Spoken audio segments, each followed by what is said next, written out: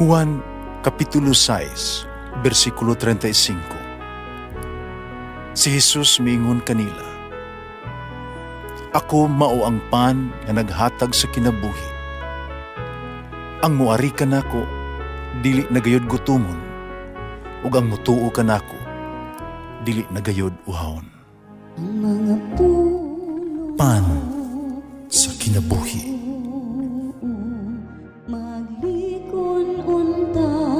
Sa mong pagtuo o gagakakabi sa pagtuman sa imong mahal nga kasuguan.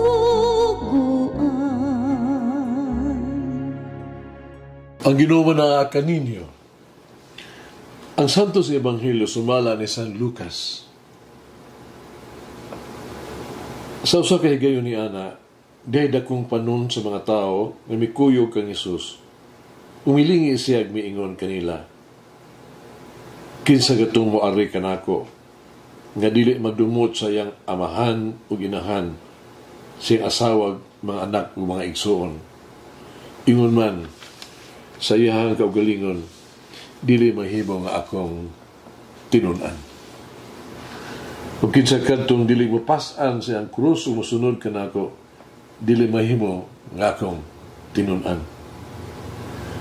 Kung usa kaninyo naglaro pagtukod og tore, tuno niya kini og sayang banaon pila ang magasto. Ano paghuta kung may igo ba siyang salapi kay kahuman ni ini? Kaya kung kini dili niya buhaton, dili mahuman ang tore, tapos niya ikipahimutan ang pundasyon. Ug ang tanan nga makakita, tagisamputan, mibibiyay unya kaniya. Umiingon sila, yung tawhana, na patugag tukod og tore, pala dili di ay kahuman ni ini. Kano sa kahari, nga may napulo ka libo ka sundalo, magigubat batok sa laing hari nga may kauhaan ka libo ka sundalo. Yaw nang tunan ug hukman, kung musukol ba siya sa maong hari. Kung dili siya makasukol, mapugos siya sa pagpadalag mensahero o pagtagbo sa maong hari samtang atua pa siya sa layo o mag-isabot-sabot alang sa karusay. Asamang paagi, walay bisan kinsa kaninyo nga mahimong akong tinunan, gawas kon iyang biyaan ang tanan niyang katigayunan. Ang Ebanghelyo sa Ginoo. Pasalamati ang Ginoo, kay siya maayo, ang iyang gugma mulungtad, hangtod sa kahangturan. Pasalamati ang Diyos sa tanang mga Diyos, ang iyang gugma malungtaron. Pasalamati ang Ginoo sa mga Ginoo, ang iyang gugma balungtaron.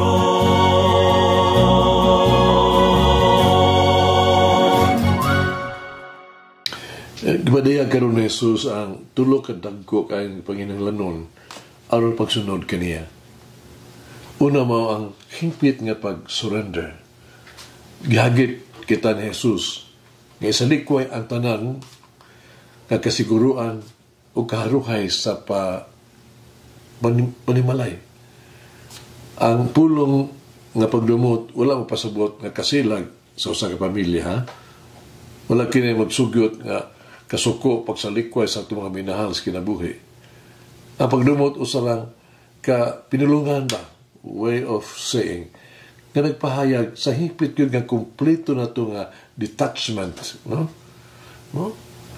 Busa ang pagsunod kang Jesus mo ang pagkimo kaniya nga una ang labos tanan sa ito ang kinabuhi. Ang tanang kinalan mo, kuha ay kaduhang dapit. Siya ang priority. Everything becomes second. Ang pagkamunungon kang Jesus mo yung una ang labaw sa tanan. Si Jesus ang una sa kinabuhi sa usa ka tawo. Si Jesus lamang kanuhin lang ang Gyud ug si Jesus. Ikinawa, mao ang mampingon konsiderasyon. Si Jesus naghangyo kanato nga magmatulod-anon hangtod sa katapusan. Ipangayo niya nga to ang bug-os ug wala gyud kondisyon nga pagsalig. Busa si Jesus mitambag kanato sa pag-andam pagdawat sa mga pag-antos.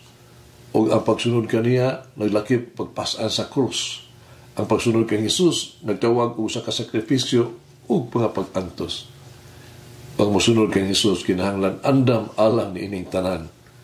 Kinahanglan nga anaa siya sa krus bisan hangtod sa punto sa ilansang nasa krus.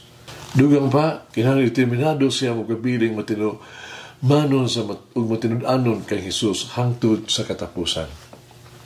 Mga gisugyot ni Jesus nga kinahanglan natong una-unaon kini pag-ayo think twice, seryoso og lig-on nga to ang desisyon aron kung maglisod na ta pagsunod kaniya mukupod yung kita hugot siya makamot dili kita mula hutay mo undang.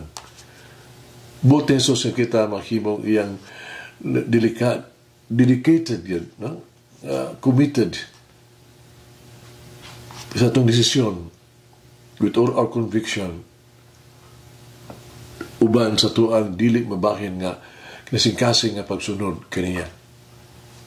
Ikatulo, mo pagsalikwesta ng material nga mga kabtangan, si Jesus naghangyo kanato sa pagtugyan sa itong kagulingon ngadto kaniya ug palayo sa tuang kagulingon gikan sa material nga mga butang.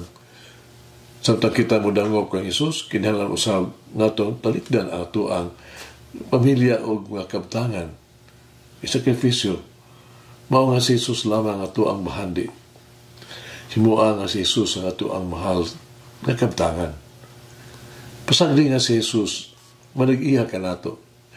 Karon samtang ihukom kita sa pagsunod kang Jesus, kinahanglan itong sundon usab ang iyang mga pamaagi. Kinahanglan ipahiangay usab nato ato ang kinabuhi sa iyang paagi sa iyang kinabuhi. Kita kinahanglan nga sa andam musalikway sa bisan unsa nga bisan kinsa nga mahimong babag alang kanato sa pagtugyas tong kaugalingon ngadto kang Jesus. Nga makapag-uon niya kanato sa pagtuman sa mga buhat sa Dios nga gipiyal sa tuang pag-atiman.